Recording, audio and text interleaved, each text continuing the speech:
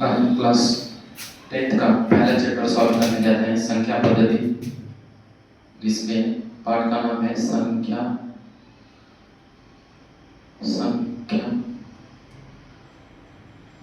पद्धति।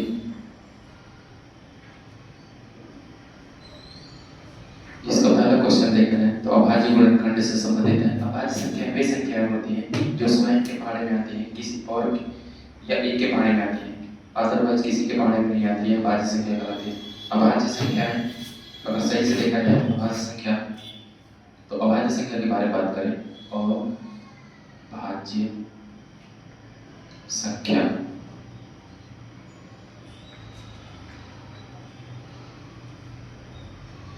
वे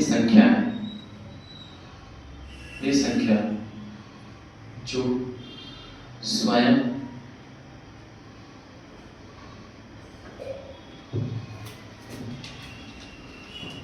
या एक से विभाज्य हो अभाज्य संख्याएं कहलाती हैं। अभाज्य संख्याएं कहलाती हैं। जैसे अगर कोई पूछे कि प्रथम अभाज्य संख्या क्या है, प्रथम शुरू करें तो 2, 3, 5, 7, 11, 13, 17, 19, 23, 29, 31, 37, 41, 43, 47, 53, 59, 61, 67, 71, 73, 79, 83, 89, 97। ये 1 से 100 के बीच में प्रथम अभाज्य संख्याएं हैं जो केवल अपने बारे में है, या एक के बारे में है तो एक से डिविजिबल हो या स्वयं अपने आप से भी डिविजिबल हो, इसे ही प्राइम नंबर करें। ये सारी संख्याएं प्राइम नंबर है। अगर पूछा जाए प्रथम अभाज्य संख्या क्या है तो क्या बोलेंगे? 2। अगर प्रथम समअभाज्य संख्या बोले तो 2। अगर एक अंक की सबसे बड़ी अभाज्य संख्या पूछा जाए तो 7। हालांकि हमको उससे रिलेटेड कोई जानकारी प्राप्त करना है, सबसे पहले आपको ये दिमाग में रखना है कि अभाज्य संख्या वे संख्या होती है, वे संख्या जो स्वयं या एक से विभाज्य हो, अभाज्य संख्या कहलाती है। किसी और से विभाज्य नहीं होना चाहिए। जैसे अगर एग्जांपल के तौर पर देखा जाए तो पहला 2 है, दूसरा 3, तीसरा 4, चौथा 5। इसी से रिलेटेड क्वेश्चन, ये सारी संख्याएं 104, 140, 150, 3825, 5005 और 1774, ये सभी की सभी संख्याएं अभाज्य संख्या से कटनी चाहिए, क्योंकि इसने पहले क्वेश्चन में पूछा कि संख्याओं को अभाज्य गुणनखंड के गुणनफल के रूप में व्यक्त कीजिए। अभाज्य संख्या के गुणनफल के रूप में व्यक्त करने के लिए सबसे पहले हम इसे अभाज्य गुणनखंड के रूप में व्यक्त करेंगे। सबसे पहला क्वेश्चन उठाते हैं। सबसे पहला क्वेश्चन देखा है, पहले का पहला क्वेश्चन लिखा है कि 140 को अभाज्य गुणनखंड के रूप में व्यक्त कीजिए। पहला नंबर का क्वेश्चन दिया, पहले का पहला। अगर देखें तो 140 लिखा है, 140 लिखेंगे और इसको काटने की कोशिश करेंगे। पहले 2 से काटेंगे, 2 7 14, 2 0 होगा 0, फिर 2 से काटेंगे, 2 3 6, 1 बचा, हाथ से देगा 10 होगा, 2 बचे 10, फिर 3 से 5 से काटेंगे, 5 7 35 और 7 से काटेंगे, 7 1 7। अगर कोई पूछे कि 140 को अभाज्य गुणनखंड के रूप में लिखिए तो हम क्या लिखेंगे? 140 का अभाज्य गुणनखंड। अगर कोई पूछता है तो 140 को टुकड़े टुकड़े में तोड़ दिए, 2 गुणे 2 गुणे 5 गुणे 7 है। इसको लिख सकते हैं 2 गुणे 2 गुणे 5 गुणे 7। इसी को लिख सकते हैं 2 के पावर 2 और गुणे 5 और गुणे 7। यही हमारा आंसर हो जाएगा पहले क्वेश्चन का। इसी तरह हम दूसरे क्वेश्चन पे चलते हैं। अगर दूसरा क्वेश्चन देखा जाए तो 150 लिखा है, पहले का दूसरा नंबर का क्वेश्चन 150 लिखा है। 150 को गुणनखंड के रूप में लिखेंगे। पहले 2 से काटेंगे, 2 7 14, 1 बचेगा, इसको देगा 2 बचे 10, 2 से कटेगा, 3 से काटेंगे, 3 दूनी 6, 1 बचा, इसको देगा 3 बचे 15, फिर हमारे पास 5 से कटेगा, 5 बचे 25 और 5 1 5। अगर कोई पूछे देखिए 150 का अभाज्य गुणनखंड, अभाज्य गुणनखंड अगर कोई पूछ दे तो आपको क्या बताना है? 105 का 50 का अभाज्य गुणनखंड अगर बताना हो तो आप प्रैक्टिकली कहेंगे पहला संख्या कितना है 2, दूसरा कितना है 3 और तीसरा कितना है 5 और चौथा कितना है 5। इसी को हम ऐसे लिख सकते हैं 2 गुणे 3 गुणे 5 2 बार है तो इसको 5 पे पावर 2 लिख देंगे, यही हमारा आंसर हो जाएगा। इस चीज को समझिए, इसके बाद हम देखते हैं अगले क्वेश्चन को।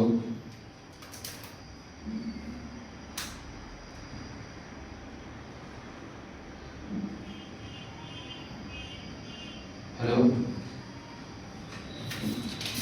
अगले क्वेश्चन में चलते हैं।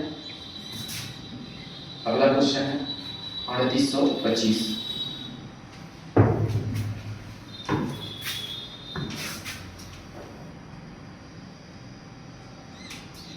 3825 को देखते हैं। तीसरे नंबर के क्वेश्चन को देखते हैं हम लोग। तीसरे नंबर के क्वेश्चन की बात करें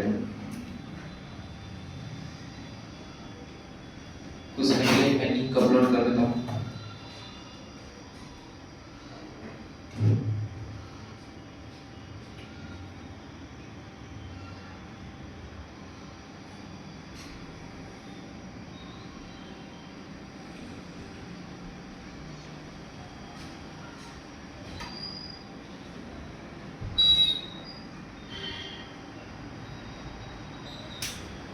तीसरे नंबर के क्वेश्चन को देखते हैं। तो तीसरा नंबर का क्वेश्चन लिखा है, अगर तीसरा नंबर देखा जाए तो लिखा है 3825। पहले 3825 को लिखेंगे, पहले देखेंगे कि 3 से कट रहा है कि 8 8 3 11 11 13 13 5 18 3 से कट रहा है 3 1 3 फिर 3 दूनी 6 2 बचा इसको देगा 3 7 21 1 बचा इसको देगा 3 बचे 15 फिर से 3 से कट रहा है 3 चौके 12 3 दूनी 6 1 बचा इसको देगा 3 बचे 15 5 3 से नहीं कटेगा 3 चौके 12 3 दूनी 6 और 1 बचा 3 बचे 15 फिर 5 से काटेंगे 5 8 40 और 5 बचे 25 फिर 5 से काटेंगे 5 1 5 1 5 5 7 35 फिर 17 से काटेंगे 17 1 17 यानी अगर 3825 का अभाज्य गुणनखंड लिखने के लिए कह दिया जाए, अभाज्य गुणनखंड अगर अभाज्य गुणनखंड लिखने के लिए कह दिया जाए तो आप क्या बनाएंगे? सबसे पहले हम बताएंगे कि 3 गुणे 3 5 गुणे 5 गुणे 7 3 गुणे 3 गुणे 5 गुणे 5 गुणे 7। इसी चीज को हम ऐसे लिख सकते हैं 3 2 बार है तो 3 पे पावर 2 अगुणे 5 2 बार है तो 5 पे पावर 2 अगुणे 7 के जगह पे 7, ये हमारा आंसर हो जाएगा। तीसरे नंबर चौथे नंबर के क्वेश्चन पे चलते हैं। चौथा नंबर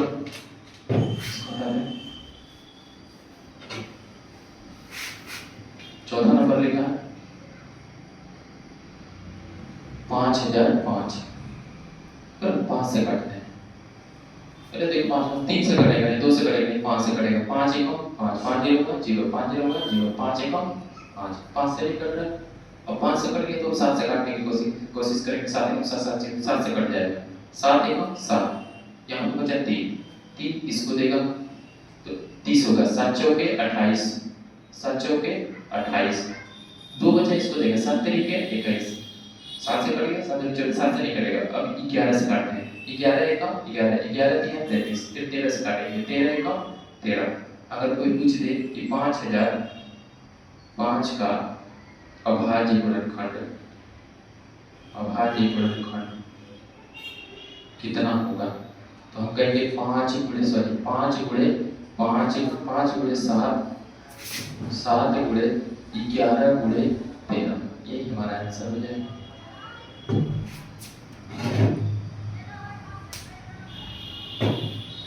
अगले क्वेश्चन पे चलते हैं 7429 को देखते हैं इसको।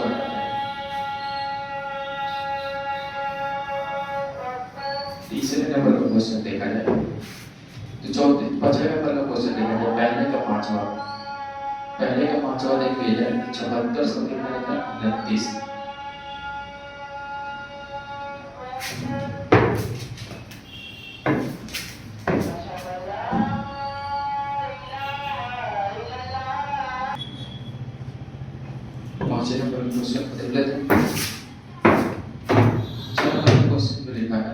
चौहत्तर सौ उनतीस पहले लिखेंगे 7429 7429 को पहले काटने की कोशिश करें। मतलब ये हमने काट के प्रैक्टिस कर लिया है, आप लोग इसको काटने की कोशिश करिएगा, जिससे आपको ध्यान रखना पड़ेगा। इस तरह के क्वेश्चन का मतलब डायरेक्ट हम सीक्वेंस कहेंगे कि आप बारी बारी से काट के देखिएगा, जिससे नहीं कटेगा डायरेक्ट 17 से कटेगा। 17 चौके 68, 17 चौके 68, यहाँ पे बचा 6, इसको देगा 17 दिया 51, 9 बचा अति 13, 17 सते 119, 11 बच जाएगा। 17 चौको 68, 17 11, 17 सते 119, फिर 19 से कटेगा, 19 दूनी 38 और 19 दिया 57, फिर 23 से कटेगा, 23 से कम 23। अगर कोई पूछे कि 7429 का अभाज्य गुणनखंड बताइए, अभाज्य गुणनखंड कितना होगा, तो बताएंगे 17 19 23, 17 गुणे में 19 गुणे में 23, ये हमारा आंसर हो जाएगा। अगले क्वेश्चन पे चलते हैं। क्वेश्चन नंबर अगला नंबर क्वेश्चन है 2। क्वेश्चन नंबर 2 जो है ना, एक गुणांकों का। क्वेश्चन नंबर 2 को देखें, कह रहा है कि गुणांकों के निम्नलिखित युग्मों एचसीएफ और एलसीएम ज्ञात कीजिए तथा इसकी जांच कीजिए कि दो संख्याओं का गुणनफल एचसीएफ गुणा एलसीएम है कि नहीं है। पहली बात तो आपको इसका एक कॉन्सेप्ट होता है, और एक मतलब जांच करने के लिए कर दो संख्या दे दिया और दोनों का एचसीएफ और एलसीएम निकाल के हम दोनों का गुणा करके चेक करके कि दोनों बराबर आ रहा है कि नहीं आ रहा। पहला क्वेश्चन जो है, पहले क्वेश्चन को हम सॉल्व करने चले। दूसरे का पहला, अगर दूसरे का पहला देखें तो एक लिखा है 26 और दूसरा लिखा है कितना 91। 26 लिखेंगे, 26 का फैक्टर करेंगे, 2 से काटेंगे, 2 एकम 2, 2 दिया 6, फिर 2 13 से काटेंगे, 13 एकम 13।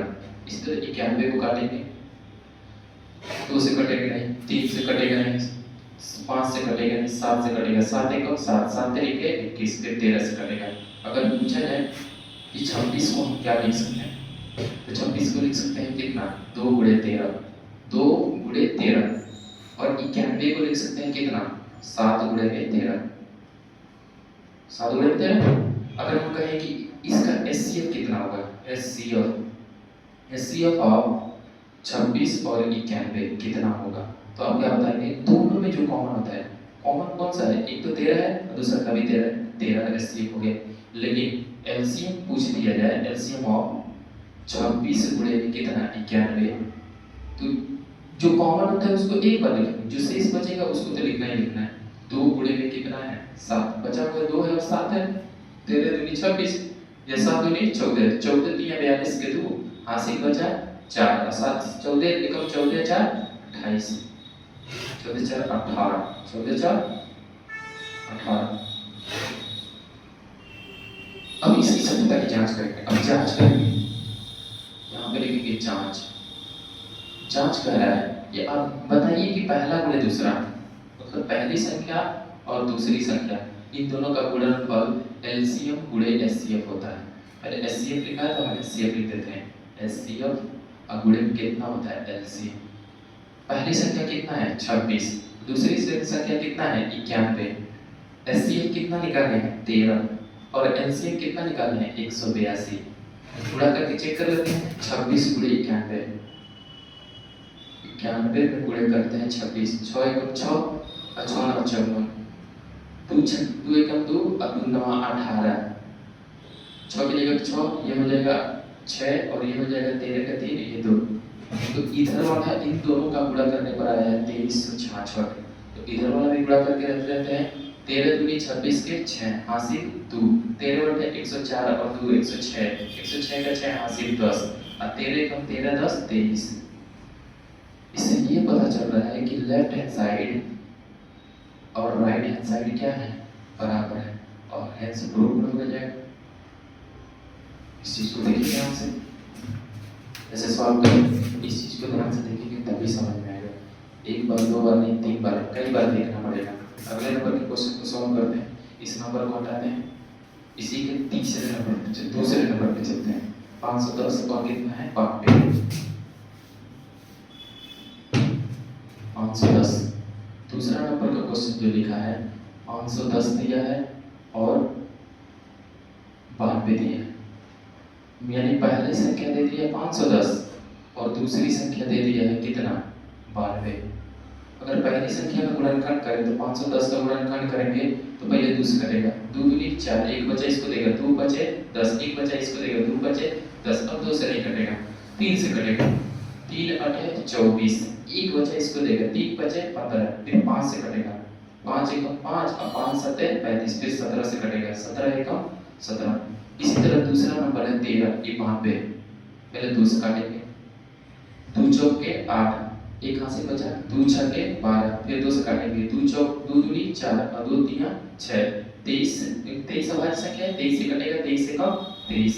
अगर हम इस चीज को मतलब अगर कोई कहे कि 510 को क्या क्या लिख सकते हैं तो 510 को लिख सकते हैं, 510 को लिख सकते हैं, यहाँ पे क्वेश्चन देखिए 2 गुणे 13 गुणे 2 गुणे 3 गुणे 5 गुणे 17, 2 गुणे 3 गुणे 5 गुणे कितना 17।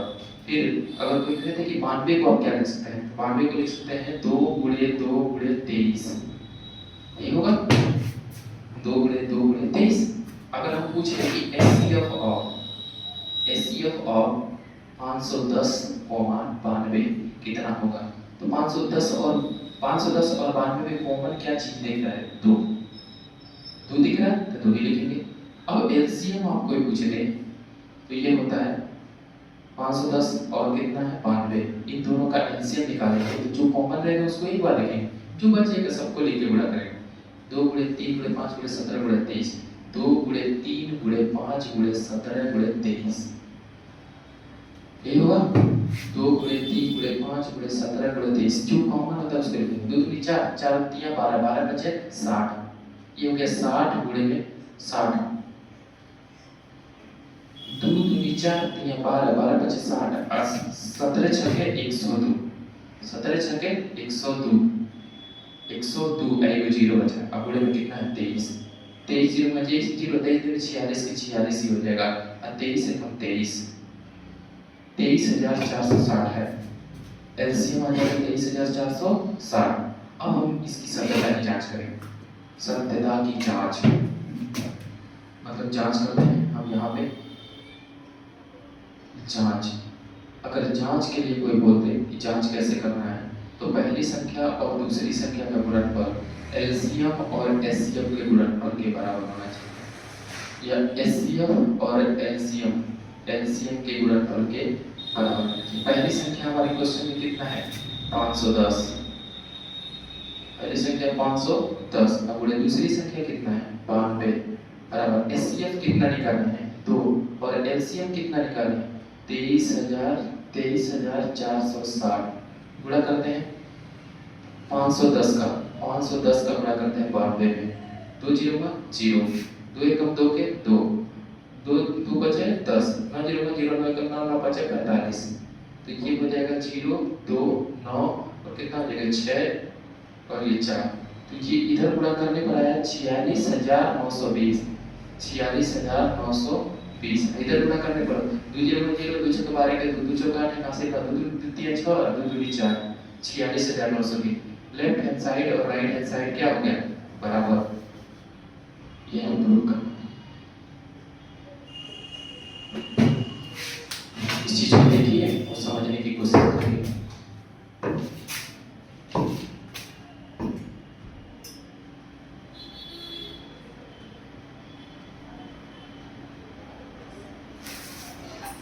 तीसरे नंबर के क्वेश्चन पे चलते हैं लोग, इसी का तीसरा देख लेते हैं, इसको हटाते हैं।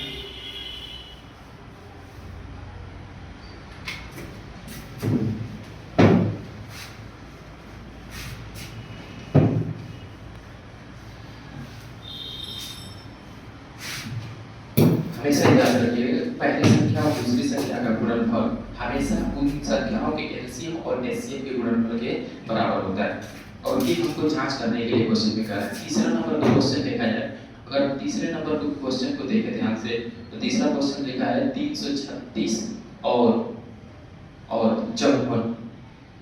54 का एलसीएम और एचसीएफ ज्ञात कीजिए, और दूसरा इनके गुणनफल मतलब पहली संख्या और दूसरी संख्या का गुणनफल उसके एचसीएफ और एलसीएम के गुणनफल के बराबर होगा। अगर हम इसकी बात करते हैं, पहली संख्या इसमें कितना है तो 336 है और दूसरी संख्या कितना है 54। अगर पहली संख्या का गुणनखंड करें 336 का गुणनखंड करें तो पहले 2 से काटें, 2 का 2, 2 छके 12, 2 अठे 16, 2 से काटेंगे, 2 8 16, 2 चौके 8, 2 से काटेंगे, 2 चौके 8, 2 दूनी 4, फिर 2 से काटेंगे, 2 दूनी 4, 2 एक 2, फिर 3 से काटेंगे, 3 सते 21, फिर 7 से काटेंगे, 7 एक 7, फिर अगला नंबर है 54 का, 54 का गुणनखंड करेंगे, 54 को 2 से काटेंगे, 2 दूनी 4, एक हाथ से बचा, दूसरा देगा, 2 सते 14, 3 से काटेंगे, 3 9 27, फिर 3 से काटेंगे, 3 तरीके 9 और 3 एक 3। अब इसके बाद का स्टेप ये है कि आपको इस पर ध्यान देना है कि इन दोनों संख्याओं को हम कैसे लिख सकते हैं। 336 को हम लिख सकते हैं, यहाँ देखिए 2 2 2 3, 4 बार 2 है और 1 बार 3 और 7, तो 2 गुणे में 2 गुणे में 2 गुणे में 2 गुणे में 3 गुणे में 7 ये लिख सकते हैं। दूसरा 54 नंबर को लिख सकते हैं 2 गुणे 3 गुणे 3 गुणे 3, 2 गुणे 3 गुणे 3 गुणे 3।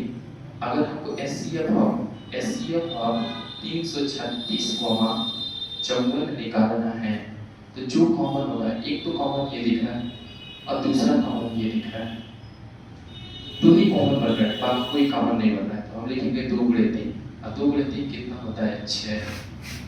हमारा एचसीएफ आ जाएगा, इन दोनों संख्याओं का एचसीएफ 6 है, जबकि एलसीएम निकालेंगे, एलसीएम 336, 54 का, तो ये बताइए जो कॉमन रहता है उसको तो एक बार लिखना है 2 गुणे 3। अब जो बच गया है, बचा है 3 बार 2 और 2 बार 3, 3 बार 2 लिखते हैं, 2 गुणे 2 गुणे 2 गुणे 2 गुणे 3, 3 बार 2, 3 बार 2 लिखना है, अब गुणे में 3 2 बार है और एक बार कितना है 7। इन सब का गुणा करें, इन सब का गुणा करते हैं, इसको यहीं पे लिखते हैं, गुणे में 2 गुणे में 3 गुणे में 3 गुणे में 7। अब देखिए 2 3 6, 6 दूनी 12, 12 दूनी 24, 24 दूनी 48, 48 दिया 144, 144 का गुणा करेंगे 3, 3 चौक 12 का 3 चौक 12, 1 तेरे 3 3 का 3 4 4, फिर 7 से गुणा करेंगे, 7 दूनी 14 के 4 हासिल 1 और 7 तरीके 21 से 22 के 2 हासिल 2 और 7 चौक 28 2 30 30 24। इसका आंसर जो है इन सब का गुणा करेंगे तो 30 24 आएगा। अगर एलसीएम निकाला जाए 336 और 54 का एलसीएम निकाला जाए तो ये आएगा कितना 30 24। हालांकि इनको जांच करना है, जांच में ये कराना है, सिद्ध कीजिए कि पहली संख्या और गुणे दूसरी संख्या, इन दोनों का गुणनफल जो है ना एचसीएफ गुणे एलसीएम के बराबर है। अब पहली संख्या कितना है 336 और दूसरी संख्या कितनी है 54, पर एचसीएफ कितना निकाले हैं 6 और एलसीएम कितना निकाले हैं 30 24। अगर इन दोनों का गुणा करें और इन दोनों के गुणनफल के बराबर आ जाए, इन दोनों के गुणनफल के बराबर आ जाए, तुम्हारा क्वेश्चन सॉल्व हो जाएगा। पहले गुणा करके देते हैं, 336 में 4 54 से गुणा करते हैं, 4 6 24 के 4 हासिल 2 और 4 के 12 में 14 के 4 हासिल 1 और 4 के 12 13। आगे देखते हैं 5 6 के 30 के 0 हासिल 3, 5 3 15 3 18 के 8 हासिल 1 और 5 3 15 1 16, तो ये हो जाएगा 4 4 8 3 11 के 1 6 1 7 8 6 1 7 1 हासिल 8 और ये हो जाएगा 18144 18144। अब इधर वाला गुणा करने पर भी आ जाए तो वही बात है, 6 चौके 24 के 4 हासिल 2, 6 दूनी 12 में 14 के 4 हासिल 1 हासिल जोड़ दे 36 18144 इधर भी आ रहा है, इसीलिए हमारा क्या होता है रूट। अगर ये चीजें आपको समझ में आ रही है तो आप लोग समझिए कि सही हो, वरना आपको थोड़ा सा मेहनत ज्यादा करना पड़ेगा। चौथे नंबर पे चलते हैं, आवाज गुणनखंड विधि द्वारा। अगला नंबर कर रहे हैं आवाज गुणनखंड विधि द्वारा निम्नलिखित पूर्णांकों के एचसीएफ और एलसीएम ज्ञात कीजिए। आवाज गुणनखंड विधि द्वारा बताना है। तीसरा नंबर का क्वेश्चन जो है आवाज गुणनखंड विधि द्वारा एचसीएफ और एलसीएम निकालना है। एचसीएफ और एलसीएम निकालना है। एचसीएफ और एलसीएम निकालना है। अगर एचसीएफ और एलसीएम निकालने की कोशिश करें इसमें तो अभाज्य गुणनखंड भी दे दो। पहला क्वेश्चन नंबर है, पहला का है मिस्टेक हो गया, तीसरे नंबर का क्वेश्चन है। अगर तीसरे नंबर का पहला क्वेश्चन देखा जाए, पहला क्वेश्चन लिखा है 12, 15, 21 और 21 लिखा है और 21। अगर हम 12 का गुणनखंड करें तो 12 का गुणनखंड लिख सकते हैं 2 छक्के 12, 2 3 6 और 3 एक 3 होगा। 15 का गुणनखंड लिखें तो पहले 2 से 3 से काटेंगे, 3 बचे 15 और 5 एक 5। इसी तरह 21 का गुणनखंड करें तो ये 3 से कटेगा, 3 7 21 और 7 एक 7। अगर हम इस चीज को सीक्वेंस वाइज लिखें, 12 को लिखना चाहे तो 12 को लिख सकते हैं 2 गुणे में 2 गुणे में 3, और 15 को लिखना चाहे तो 15 को लिख सकते हैं 3 गुणे में 5, जबकि 21 को लिखना चाहे तो ये लिख सकते हैं 3 गुणे में 7। अब अगर हम बात करें कि एचसीएफ ऑफ कितना 12, 15, 21 ये कितना होगा, तो जो सभी कॉमन होना चाहिए वही एचसीएफ होता है। 3 3 3 हमारा 3 एचसीएफ हो गया। जबकि एलसीएम अगर कोई पूछ देता है एलसीएम ऑफ दिस 12, 15, 21 ये कितना होगा, तो जो कॉमन है तो उसको वही बार लिखेंगे, ये कॉमन है, ये कॉमन है, ये कॉमन है, इसको छोड़ दिए। बचा कौन कौन है 2 2 5 7, 2 गुणे 5 गुणे 7 यही होगा ना, एक 2 छोड़ दिए इसमें, 2 गुणे 2 अगुणे में 5 अगुणे में कितना 7। इसका गुणा कर देंगे, जो आंसर है वही हमारा आंसर हो जाएगा। अगर गुणा करते हैं तो 3 दूनी 6, 6 दूनी 12, 12 बचे 60 और 7 का 7 में गुणा करेंगे, 7 छके 42, 420 यही हमारा एलसीएम हो जाएगा। इकाई अभाज्य गुणनखंड विधि द्वारा निम्नलिखित संख्याओं का एचसीएफ और एलसीएम ज्ञात कीजिए। पहले एचसीएफ निकालते हैं, एचसीएफ कितना निकला 3, जबकि एलसीएम निकाला है कितना होगा, तीनों संख्याओं का गुणनखंड करके जो कॉमन होगा एचसीएफ, जो बच जाएगा बाकी सबका गुणा कर देंगे तो एलसीएम हो जाएगा। अगली संख्या पे चलते हैं। अगला संख्या लिखा है दूसरा नंबर दूसरे नंबर की संख्या को देखें। दूसरे नंबर की संख्या को दूसरा नंबर लिखा है 17, 23, 29। 17 का अगर गुणनखंड करें तो इसको लिखेंगे 17 एकम 17 से कर, क्योंकि अभाज्य संख्या किसी के पारे नहीं आती है, स्वयं अपने या एक के पारे में, यानी 17 को लिख सकते हैं अभी। फिर 23 को लिखते हैं, 23 का गुणनखंड करेंगे तो 23 से कम 23, फिर 29 का गुणनखंड करेंगे तो 29 से कम 29। ये सभी संख्याएं अभाज्य हैं, और अभाज्य संख्या या तो अपने पारे में आती है या तो एक के पारे में। अगर हम 17 को लिखना चाहें तो लिख सकते हैं 17 गुणे में 1, 23 को लिखना चाहें तो 23 गुणे में कितना 1, और इधर 29 को लिखना चाहें तो इधर लिख सकते हैं 29 गुणे में 1। अगर एचसीएफ ऑफ 17, 23, 19, 23 अगर पूछें सब में कॉमन आपको 1 दिख रहा है, 1 हो जाएगा।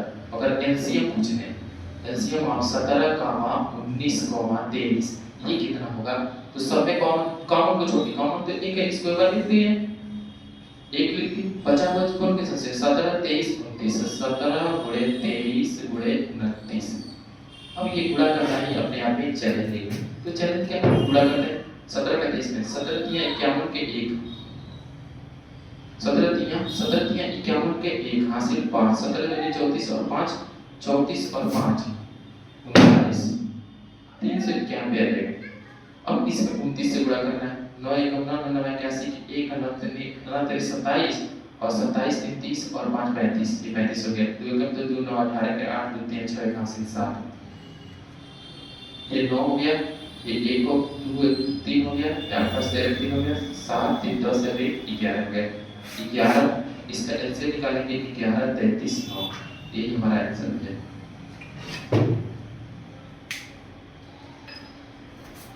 अगले नंबर के क्वेश्चन पे चलते हैं। तीसरा नंबर का क्वेश्चन जो दिख रहा है, तीसरा नंबर का क्वेश्चन कर रहा है 8, 9, 25। अगर 8 का गुणनखंड करें तो 8 को लिख सकते हैं 2 दूनी 4, 2 एक अन्य 2 चौके 8, 2 दो दूनी 4 और 2 एक करने 2। 9 को गुणनखंड करें तो 9 को लिख सकते हैं 3 तरीका 9 और 3 एक करने 3, जबकि 25 को लिख सकते हैं 5 से कटेगा 5 बचे 25 और 5 एक 5। अगर हम 8 को लिखना चाहें तो लिखेंगे 2 गुणे 2 गुणे 2। अगर हम 9 को लिखना चाहें तो 9 को लिख सकते हैं 3 गुणे 3, जबकि 25 को लिखना चाहें तो इसको लिख सकते हैं 5 गुणे 5। अब इसमें कुछ भी ऐसा चीज नहीं है जो कॉमन है, कॉमन नहीं, कॉमन तक एक गुणे में रहता है, सबके साथ गुणे में एक रहता है। तो एचसीएफ आप अगर कोई पूछ दे कि 8, 9, 25 कितना होगा, तो एचसीएफ में सब में कॉमन एक होता है, एचसीएफ एक हो गया। जबकि एलसीएम अगर आपसे कोई पूछ देता है एलसीएम ऑफ 8, 9, 25 ये कितना होगा, तो 8 गुणे बचा कौन कौन है, 2 गुणे 2 गुणे 2, 2 गुणे 2 गुणे 2, 3 गुणे 3 5 गुणे 5, 3 गुणे 3 अब गुणे में 5 गुणे 5, यानी 2 दूनी 4, 4 दूनी 8, 8 बचे 40, 40 बचे 4 बचे 20, 200, 200 दिया 600, 200 दिया 600 और 600 दिया 1800, ये 1800 है। तीन क्वेश्चन को आप लोग बढ़िया से समझने की कोशिश करिए और इसके आगे लगाने की कोशिश करिए, बार-बार रिवाइज करते रहिए। चौथे नंबर के क्वेश्चन पे चलते हैं। तो चौथा नंबर जो क्वेश्चन है वो कह रहा है कि एचसीएफ का इतना और इतना, तो एलसीएम ऑफ इतना ज्ञात कीजिए।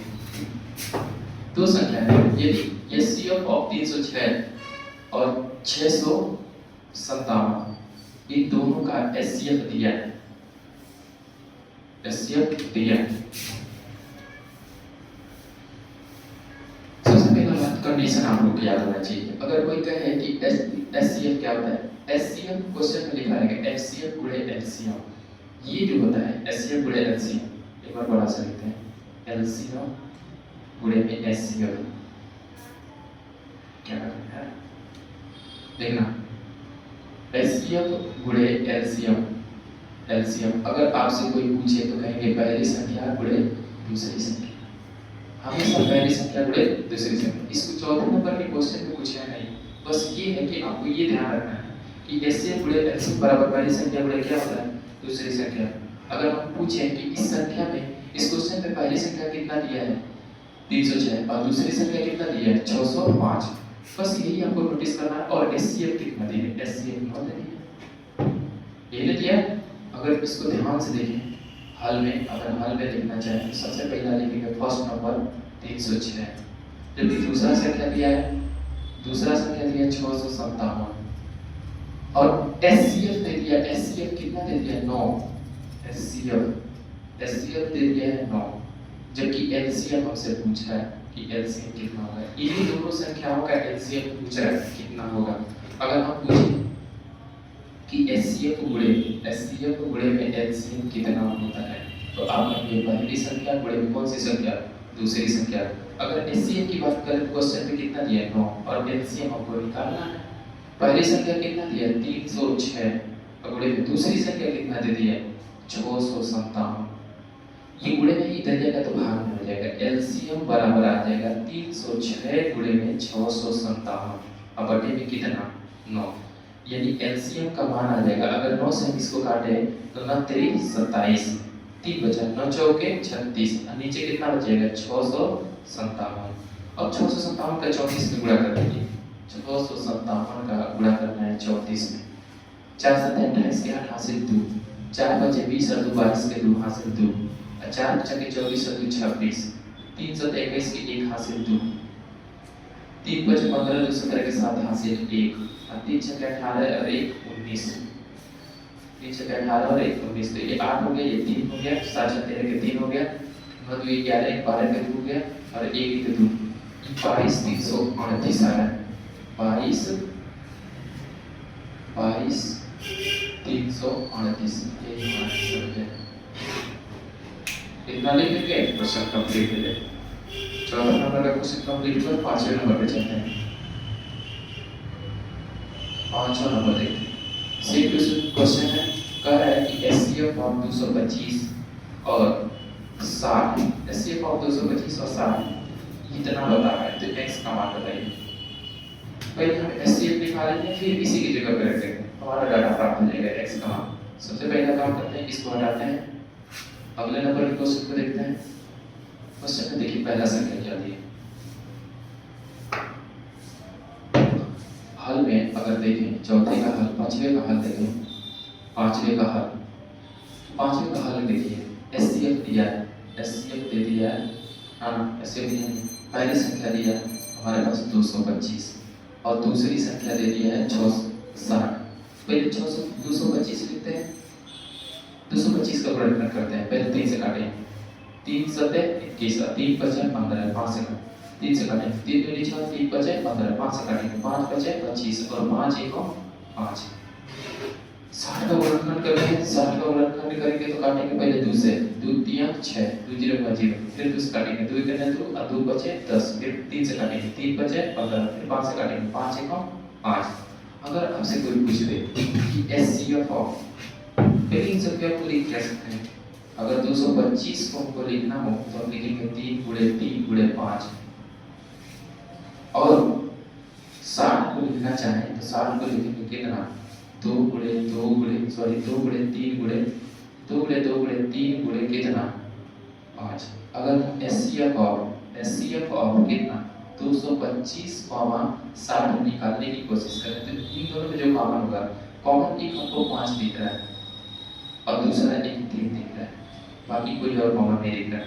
एक 3 और 5, अगर 3 का 5 में गुणा कर देते तो कितना आएगा 15। एचसीएफ ऑफ 225 और 60 कितना आ गया 15। क्वेश्चन में दिया है, ध्यान से देखने योग्य तथ्य है, क्वेश्चन में दिया है कि एचसीएफ ऑफ 225 60 ये दे दिया है कितना 225 गुणे में 15, अगर आप माइनस कितना 10x, माइनस 10x। अगर इसको ध्यान से देखिए, इसको ध्यान से देखेंगे तो इसके जगह पे हम निकाल चुके हैं कितना 15, तो हम यहाँ पे 15 रख देते हैं, 15 की जगह पे 15 और इधर कितना हो जाएगा 225 और गुणे में 15 माइनस कितना 10x। इसको उठा के इधर फेंक देते हैं, इसको उठा के उधर, तो जब इस इधर आएगा तो ये 10x हो जाएगा, और जब ये उधर जाएगा तो 225 और गुणे में 15 तो ये है, और जैसे ही उधर जाएगा ये माइनस 15 हो जाएगा, प्लस 15 उधर जाएगा तो माइनस 15। अगर किसी संख्या में कुछ नहीं है तो गुणे में क्या माना जाता है 1, ये माना जाता है 1 समझना। 10x की जगह पे 10x लिखते हैं, 225 में 15 है और 1 में भी 15 है, तो दोनों में 15 कॉमन है, तो बचेगा कितना 225 माइनस 1, ये हो जाएगा 10x की जगह पे 10x, 15 की जगह पे 15, अब 225 में से 1 जाएगा तो 224 होगा, ये गुणे में इधर जाएगा तो भाग में मिलेगा, तो x बराबर आ जाएगा 15 गुणे में 224 बटे में 10। 5 से काटते हैं, 5 3 15 और 5 दूनी 10, ये आएगा x बराबर 3 गुणे में 24, 224 बटे में 2 से काटेंगे तो 114 112 आ जाएगा, 112, यानी x का मान आ जाएगा 112 का 3 में गुणा करेंगे, 112 3 336, यही हमारा एलसीएम x का मान आ जाएगा। इसमें किसी को दिक्कत है इसको रिवाइज कर कैसे देख ले। बचे के बाद कौन सा नंबर है, क्वेश्चन नंबर 6वां। अगर 6वें नंबर की क्वेश्चन की बात करें,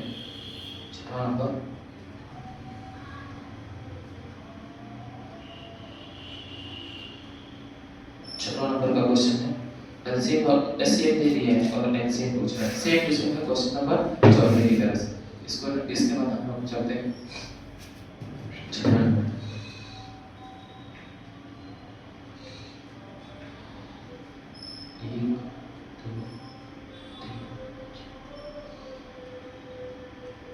छठा नंबर क्वेश्चन देखते हैं। छठा नंबर का क्वेश्चन, यदि एचसीएफ ऑफ 120 और 125 225 टोटल दिया है 15, एचसीएफ ऑफ 120 और 225 ठीक है 15, तो एलसीएम बताएं। दो संख्या दी है, पहली संख्या दूसरी संख्या, कंडीशन लगा के काट के निकाल देंगे। जैसे हम जानते हैं कि पहली संख्या और दूसरी संख्या का गुणनफल कितना होता है। पहले देखिए, अगर छठे नंबर की क्वेश्चन की बात करें तो पहली संख्या दे दी है, पहली संख्या 120, अगर हल में देखें पहली संख्या 120 जबकि दूसरी संख्या कितना दे दिया 225, और एचसीएफ दे दिया है, एचसीएफ कितना दिया है 15। हम जानते हैं कि एचसीएफ गुणे में एलसीएम ई जो होता है पहली संख्या गुणे में कौन सी होती है, दूसरी संख्या।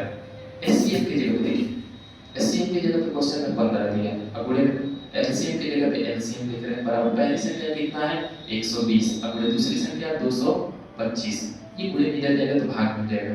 एलसीएम का मान जो आ जाएगा 120 गुणे में 225 अब बटे में कितना 15, 15 का भाड़ा 8 बार बढ़ेंगे तो 120 आएगा, यानी एलसीएम का मान जो हो जाएगा 8 गुणे में 225, 125 का भाड़ा ध्यान से 225 का भाड़ा अगर 4 बार बढ़ जाए तो 900 आएगा, 900 तो 900 का दुगना करेंगे तो कितना हो जाएगा, 125 का भाड़ा 8 बार बढ़ेंगे तो 125 बटे हो जाएगा 9 दूनी 1800, एलसीएम आ जाएगा यार 8 5 40 की 0, 8 दूनी 16, 16 4 20 की 0 हासिल 2, 8 दूनी 16 2 18, ये 1800 एलसीएम आ जाएगा। छठे नंबर का क्वेश्चन देखिए, फिर अगले 7वें नंबर पे जाते हैं।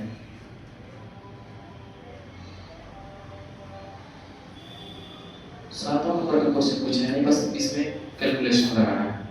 नीचे देखिए आकृति में यक्ष नंबर 7वें नंबर का क्वेश्चन है,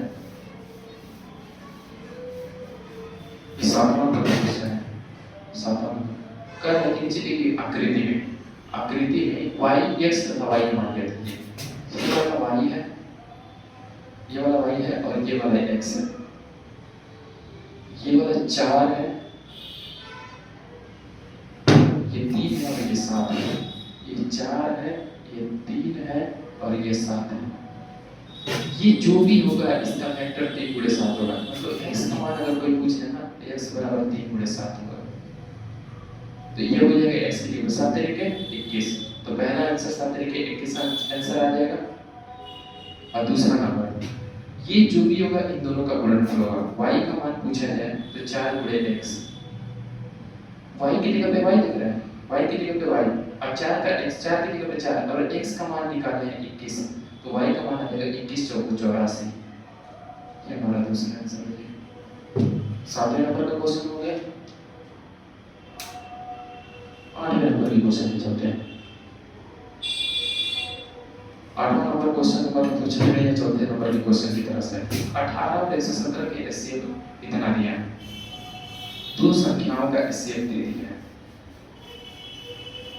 इसके रूप में दर्शा गया है, अंक का मान लगाए, कह रहा है कि यही थोड़ा सा आगे जो है 8वें नंबर के क्वेश्चन को देखेंगे तो ये 8वां नंबर 18 और 17 का एचसीएफ, मतलब एचसीएफ आप मालूम है, एचसीएफ ऑफ 18, 17 117, इसका एचसीएफ दे दिया गया 18 m माइनस 117 दर्शाया गया, तो m का मान क्या है, साथ ही 18 117 का एलसीएम भी ज्ञात करना है, एलसीएम भी क्वेश्चन में ज्ञात करने के लिए दो क्वेश्चन पूछे गए।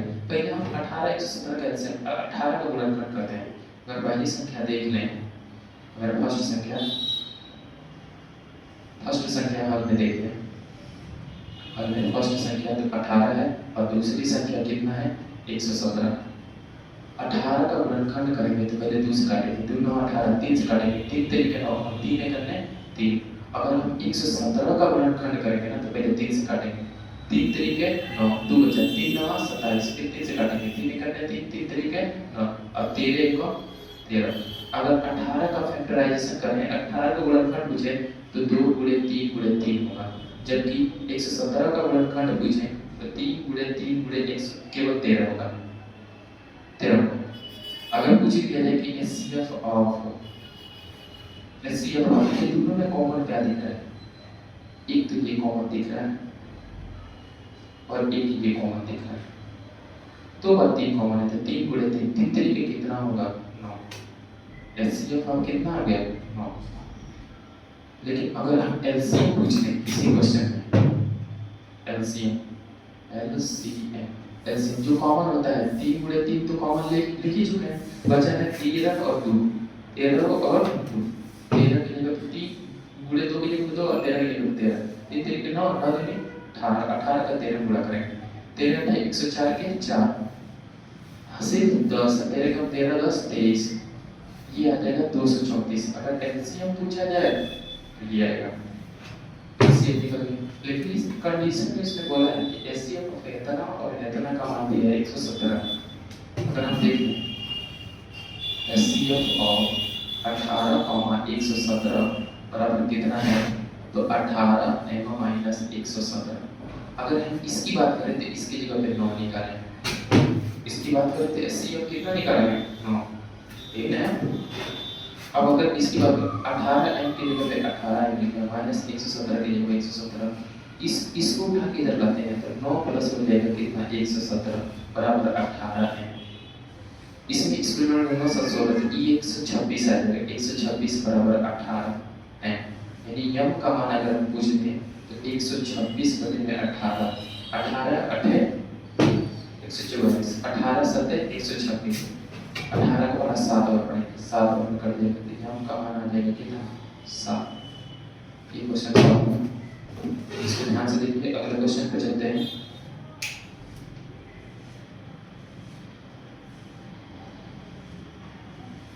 अगला नंबर जांच कीजिए किसी प्राकृतिक संख्या n के लिए किसी संख्या 6 पे पावर n का अंक 6 पे पावर n अंक 0 पर समाप्त होता है।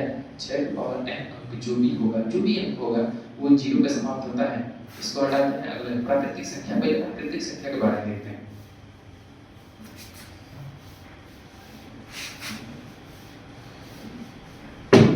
अगर प्राकृतिक संख्या की बात करें तो प्राकृतिक संख्या होती क्या है?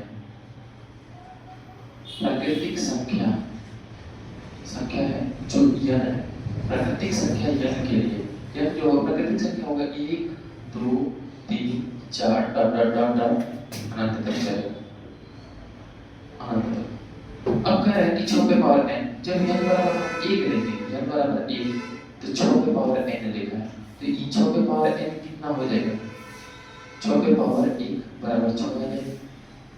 इसी तरह अगर हम n बराबर 2 रखते हैं तो 6 पे पावर n है, और 6 पे n की जगह पे 6 की जगह 6 लिख रहे हैं, n की जगह पे अगर हम 2 लिखेंगे तो 6 6 कितना होगा 36। अगर जिसको आंसर में ऐसे लिखिए 6 गुणे 6 6 गुणे 6 6 6 कितना होगा 36। अगला नंबर का n बराबर हम 3 ले लेते हैं तो 6 के पावर कितना लिखना पड़ेगा 3।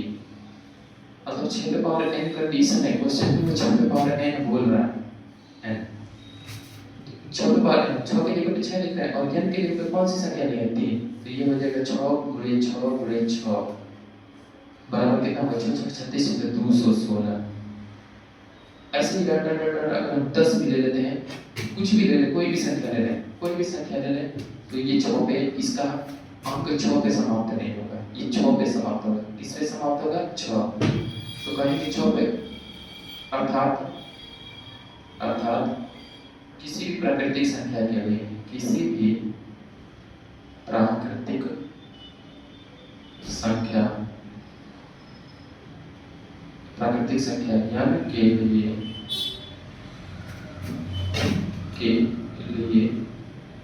6 पे पावर n का मान 0 अंक पर समाप्त नहीं होगा। अगले नंबर पे चलते हैं, क्वेश्चन नंबर अगला देखते हैं।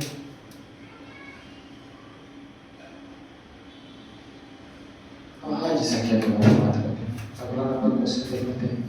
अगला नंबर किसी संख्या का नंबर आपको पता होता है, पता नहीं है क्वेश्चन। अगला क्वेश्चन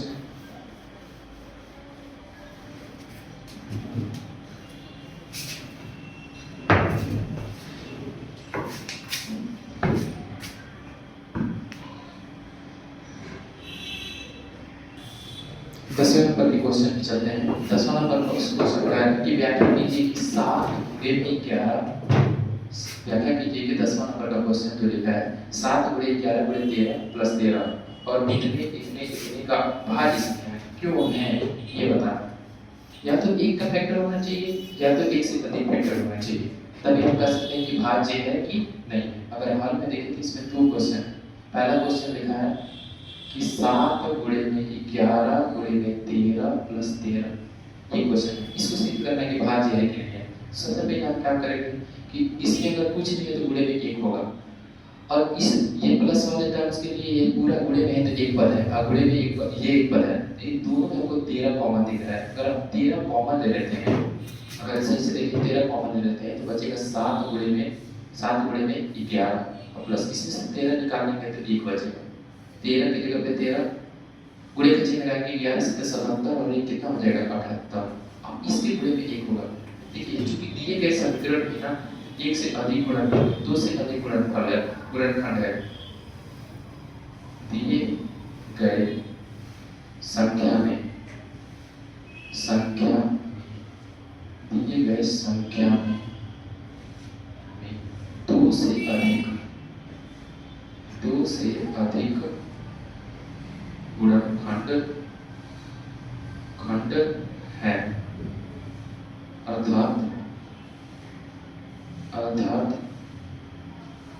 अर्थात 7 गुणे में 11 गुणे में 13 प्लस 13 भाज्य संख्या है। सेम टू सेम उसमें भी वही काम करें। अगर दूसरे इसी में दूसरा नंबर का क्वेश्चन देख लिया जाए, दूसरा नंबर का क्वेश्चन लिखा है 7 गुणे में 6 गुणे में 5 गुणे में 4 गुणे में 3 गुणे में 2 गुणे में 1 प्लस कितना 5। यहाँ से यहाँ तक एक पद है, गुणे वाला पद संख्या है, पद गिने जाते हैं, एक पद है। और यहाँ पे प्लस के बाद एक संख्या है तो एक पद है, और इसके 7 गुणे में 1 माना जाता है। ये अगर पूरे टर्म्स में देखा जाए तो इसमें भी 5 है और इस पूरे टर्म्स में भी 5 है। अगर हम दोनों में 5 कॉमन ले लेते हैं, अगर 5 कॉमन लेंगे तो एक बचेगा 7, एक बचेगा गुणे में 6, एक बचेगा गुणे में 5 तो निकल चुका है, गुणे में 4, फिर बचेगा गुणे में 3, अब गुणे में बचेगा 2 और गुणे में बचेगा 1, प्लस 5 निकल चुका है तो 1 बचा।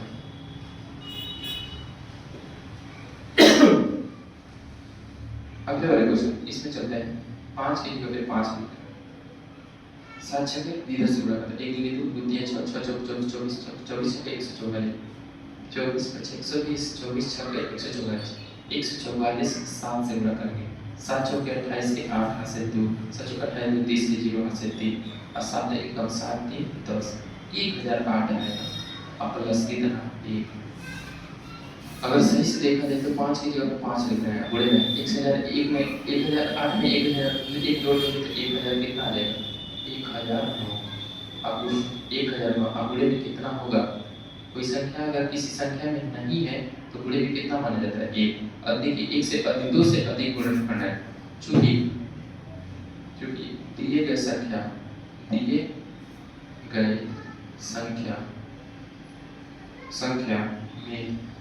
2 से अधिक गुणनखंड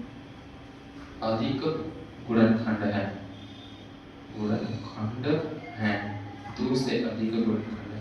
दिए गए संख्या में 2 से अधिक गुणनखंड है, अर्थात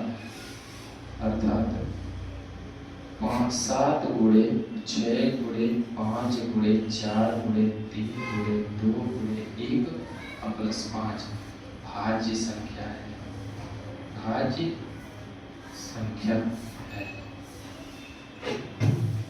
इसमें किसी को भी दिक्कत हो तो इसको एक बार रिवाइज करके इससे देखिए समझ में आ जाएगा। अगले क्वेश्चन करते हैं। अगला क्वेश्चन है क्वेश्चन नंबर 11। कह रहा है कि किसी खेल के मैदान में चारों ओर एक वृत्ताकार पथ है। इस खेल के मैदान में चारों ओर एक वृत्ताकार पथ है। इस मैदान का एक चक्कर लगाने में सोनिया को 18 मिनट लगते हैं। थोड़ा सी इसको इरेज कर देते हैं, पढ़ते हैं, फिर समझाने की कोशिश करते हैं।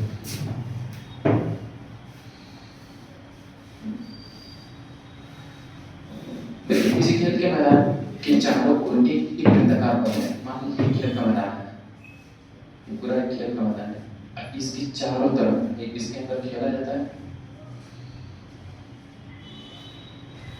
इसके अंदर खेला जाता है और इसके चारों कोनों में एक वृत्ताकार पथ है। इस मैदान का एक चक्कर लगाने में सोनिया 18 मिनट लेती है। मान लीजिए सोनिया यहाँ से चलना स्टार्ट की, सोनिया नाम की लड़की है, एक चक्कर ऐसे घूम के आ रही है ना तो पूरा 18 मिनट लग रहे हैं। 18 मिनट थोड़ा सा अजीब लगेगा लेकिन हम सीधा बता देते हैं। सोनिया नाम की लड़की, अगर सोनिया नाम की लड़की है और एक चक्कर लगाती है यहाँ से, मान लीजिए यहाँ से यहाँ एक चक्कर लगा लिया तो 18 मिनट लगते हैं। ऐसे ही दूसरा चक्कर लगाएंगे तो कितना मिनट लगेगा? 18 मिनट। ऐसे तीसरा चक्कर लगाएंगे 36 मिनट लगेगा। दूसरा चक्कर इधर थोड़ा सा अजीब हो जाए, थोड़ा सा नजदीक कर लें, थोड़ा इसको हटा दें। देखिए छवि थोड़ा सा अजीब लग रहा है, किसी से हाथ में देता है, एक देता है, इसके चारों तरफ वेद मार गए। सोनिया नाम की लड़की 18 मिनट में एक चक्कर लगा रही थी, जबकि यही कह रहा है, जबकि इसी महीना का एक चक्कर लगाने में रवि 12 मिनट का चक्कर लगाता है। मान लीजिए ये रवि है, ये सोनिया है, ये रवि है। अगर सोनिया एक चक्कर लगाएगी, मान लीजिए यहाँ से यहाँ तक एक चक्कर, तो ये 18 मिनट लगाएगी, और यही एक चक्कर लगाने में ये रवि 12 मिनट लगता है। फिर दूसरा चक्कर लगाएगी सोनिया, तो फिर 18 मिनट लगेगी। दूसरा चक्कर ये 18 मिनट लगेगी, फिर ये 12 मिनट लेगा। फिर तीसरा चक्कर लगेगा, ये भी 18 मिनट लेगा, ये 12 मिनट लेगा। ऐसे चक्कर चलाते रहेंगे सब। कह रहा है कि मान लीजिए कि दोनों एक ही स्थान पर एक ही समय में चलना बराबर है, एक ही दिशा में चलते हैं, कितने समय बाद वो पुनः बराबर। इस तरह के क्वेश्चन में आपको ये देखना है कि जब ऐसे 18 एक चक्कर 3 चक्कर लगाएगा ना, तो ये 36 है। जब 18 से 36 2 चक्कर लगाएंगे ना, तब तक ये 3 चक्कर लगाएगा। 12 12 24 32 36, जो कि 18 18। इस तरह के क्वेश्चन का हल एक ही है कि दोनों का एलसीएम निकालें।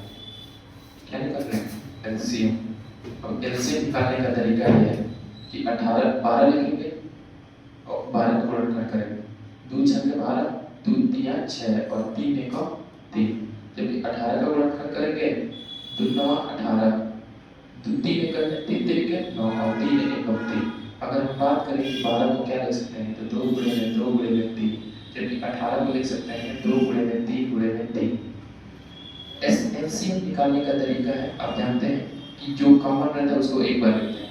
कॉमन एक ये है और एक ये है, बाकी कोई कॉमन नहीं है। 2 गुणे 2 कॉमन लिख लिए, 2 गुणे 3 कॉमन लिख लिए, बचा 2 गुणे 3, 2 गुणे में 3 गुणा करेंगे। 2 3 6 6 2 12 12 3 36। अगर 36 मिनट बाद ना, 36 मिनट बाद सोनिया और रवि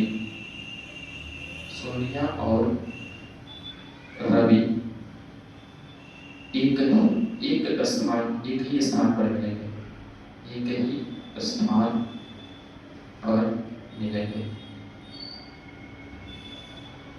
किसी को दिक्कत है इसमें, एक बार रिवाइंड करके फिर से देखेगा और समझने की कोशिश करेगा।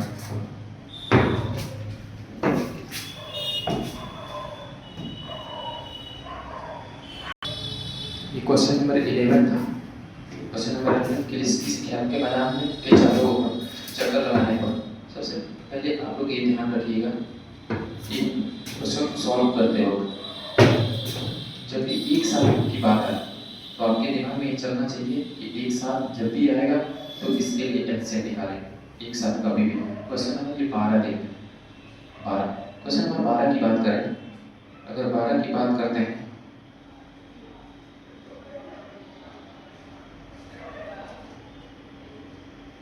क्वेश्चन नंबर 12 की बात करें तो क्वेश्चन नंबर 12 में कैसे जो नोट करना पड़ेगा ये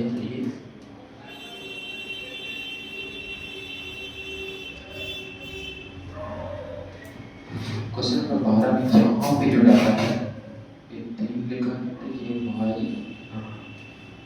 x y x थोड़ा सा अजीब तो डाटा क्या है, x ये क्या है? हाँ ये x है। इस वाले डिब्बे में आप लोग समझ लीजिएगा x है। इन दोनों का गुणनफल x के बराबर है। इन दोनों का गुणनफल किसके बराबर है? x के। तो ये 3 है और ये 195 है, और ये लिखा है 3 और ये लिखा है y, और ये 5 है और ये 13 है। तो हमसे x और चित्र में x और y का मान पूछा है, तो अगर x का मान पूछा है तो इन दोनों का गुणनफल 3 गुणे में 195 है। अगर x का मान पूछे तो 3 बचे 15 में 5 और 3 9 27 और 1 28 के 8 हासिल 2। एक तरीके 3 एकम 3 और 6, एक ही आंसर आ जाएगा। दूसरा y वाला जो डाटा होगा इन दोनों का गुणनफल होगा 5 गुणे में 13, 5 गुणे में 13, y का मान आ जाएगा 13 बचे 65। ये दो आंसर हो जाएगा हमारा 122 मान पूछा है क्वेश्चन नंबर 12। इसके बाद हम 13 नंबर पे चलते हैं। 13 नंबर में क्वेश्चन लेते हैं 12 और 13 नंबर में क्वेश्चन।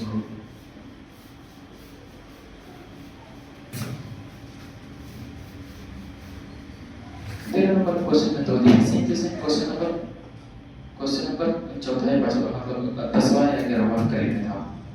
ये क्वेश्चन दिया है, एक वाला दिया पहला वाला हल में कर देखा जाए। पहले वाले में दिया है 7 गुणे में पहला 7 गुणे में 13 गुणे में 11 प्लस 11, इसको ब्रैकेट में कर दो। इसमें दो टर्म्स है, एक पद ये है और एक पद ये, इसके साथ गुणे में एक होता है। दोनों में अगर हम देखें तो 11 इसमें भी 11 इसमें, दोनों में 11 का मान लेंगे। अगर 11 का मान लेंगे तो बचेगा 7 गुणे में 13 और प्लस 1। इसके बाद 11 में 11 लेते हैं गुणे में 13 से 91 और 91 ये हो जाएगा 91 और प्लस 1, तो ये हो जाएगा 11 गुणे में 91 प्लस 1 92। 11 दूनी 22 के 2 हासिल कितना बचेगा 2। 11 दूनी 22 के 2 हासिल 2। 11 नवा 99 2 99 2 102 122 आएगा ये बनेगा। हालांकि यहाँ पे देखो पूरे गुणनखंड में कितना है 1, चूंकि दिए गए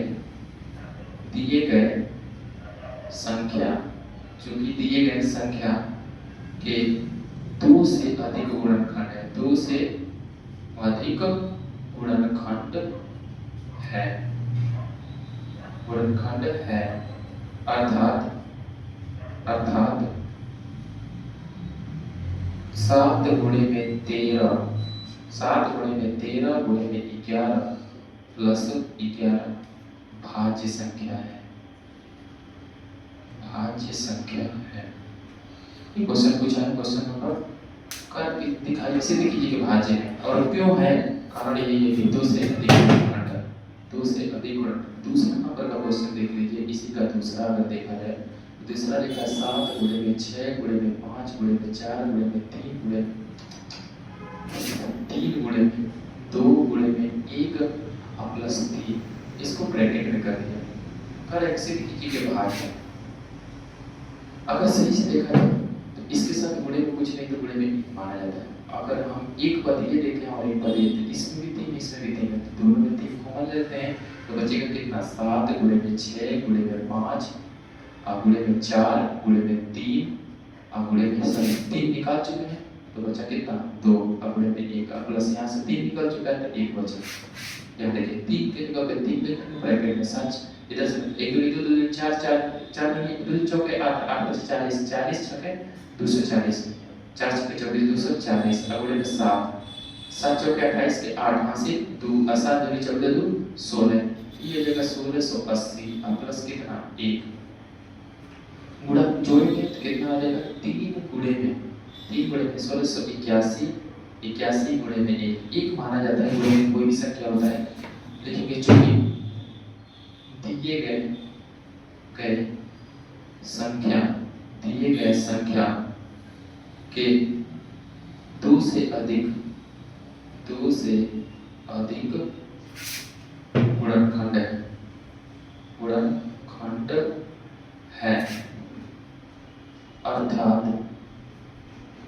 अर्थात 7 गुणे में 6 गुणे में 5 गुणे में 4 गुणे में 3 गुणे में 2 गुणे में 1 प्लस 1 प्लस 1 सॉरी कितना 3 भाज्य संख्या है। इस क्वेश्चन को ध्यान से देखिए। अगले क्वेश्चन को हम बताते हैं। अगला क्वेश्चन इजी और सिंपल है।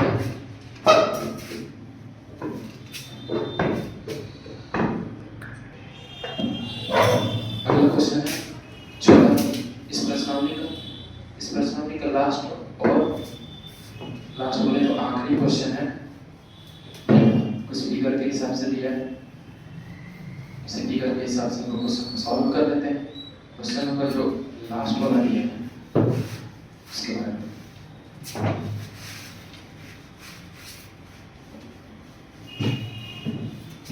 लास्ट वाला फिगर से कुछ बदला नहीं, गुणन करने दे दिया, हमसे जेड का मान पूछते हैं। कह रहा है कि अगर x का मान पूछे तो इन दोनों का ये 2 है, ये 3 है, ये 3 है, ये 8 है, ये 1 है। यहाँ पे x है, यहाँ पे 3 दिख रहा होगा हम लोग को, यहाँ पे y है, यहाँ पे 7 है, यहाँ पे 1 6 1 है, यहाँ पे 7 है, यहाँ पे z है। अगर आपसे कोई पूछे इस क्वेश्चन में, क्वेश्चन नंबर लास्ट 14 नंबर का क्वेश्चन, अगर x का मान पूछे तो इन दोनों के गुणनफल के बराबर होगा 2 × 3 × 3 381, यानी x का मान आ जाएगा 2 × 3 = 16 6 2 6 2 3 6 81 7 2 3 6, यह आ जाएगा 6762। जबकि अगर आपका y का मान पूछे तो इन दोनों का गुणनफल होगा, y का मान अगर पूछे तो 7 गुणे में कितना हो जाएगा 161, तो y का मान आ जाएगा 7 × 7 और 7 × 42 के 2 हाथ से 4 7 × 7 4 11, ये आंसर दिया जाएगा। अगले नंबर पे चलते हैं। अगला जो 161 होगा ना, 161 इन दोनों के गुणनफल के बराबर होगा, 161 बराबर 7 गुणे में z होगा। अगर z का मान पूछे तो ये इधर आके डिवाइड करेगा, तो 161 बटे में कितना होगा 7 बराबर z। अगर z का मान पूछते हैं तो 7 7 2 14 7 3 21 ये 23 आ जाएगा। तो आज के लिए इतना ही। आज हम लोग ने प्रश्नावली की, कौन सा नंबर प्रश्नावली, डेटा नंबर 1 का पहला प्रश्नावली जो समाप्त किए हैं, प्रश्नावली 1। Thank you very much.